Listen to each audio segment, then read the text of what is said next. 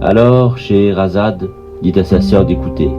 Puis, adressant la parole au sultan Schahriar, elle commence de la sorte. « Sire, il y avait autrefois un marchand qui possédait de grands biens, tant en fonds de terre qu'en marchandises et en argent comptant. Nous voici embarqués sur un fleuve d'histoire et de merveilles, les 1001 nuits, narré avec une grande habileté par Scheherazade, un prénom que tous connaissent. Serait-ce le cas sans la première édition de ces contes arabes publiés par Antoine Galland en 1704 ?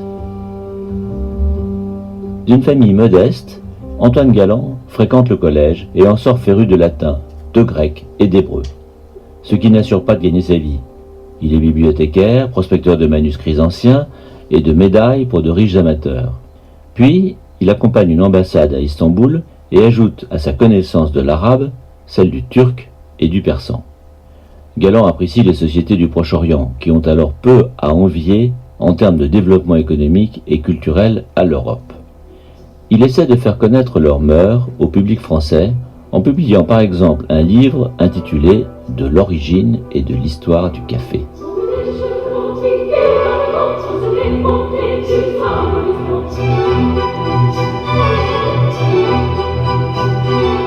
Témoin de la vogue des contes de Perrault ou de Madame d'Aulnoy, il s'adresse lui aussi au grand public en traduisant des contes arabes à partir d'un manuscrit, Les 1001 nuits, qui ne seront imprimés en langue arabe qu'en 1835, bien après la traduction de Galland.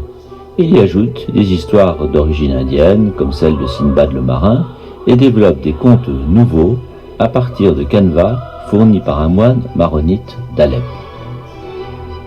Énorme succès, traduction dans toute l'Europe, imitation, édition clandestine. Pendant plus d'un siècle, Galland sera admiré et son œuvre fera rêver.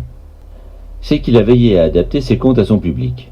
Une langue simple et claire, typique du XVIIIe siècle, la suppression de passages trop érotiques, quelques ajouts pour éclairer le lecteur sur certaines coutumes ou détails, des dialogues vivants et directs.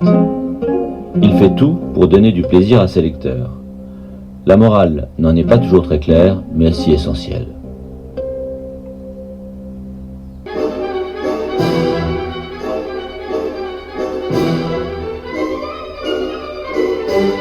Galland est un de nos meilleurs prosateurs.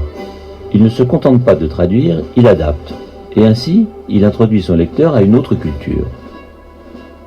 Ce grand écrivain se double d'un excellent passeur.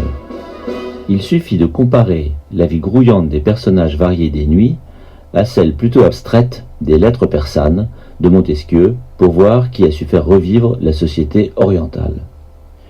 Curieusement, Galland n'est toujours vu que comme un simple traducteur, comme si le caractère anonyme des contes arabes, probablement de plusieurs mains, et pour une part issu de traductions indiennes via la Perse, empêchait de reconnaître qu'il a donné vie à une œuvre majeure de l'imaginaire universel.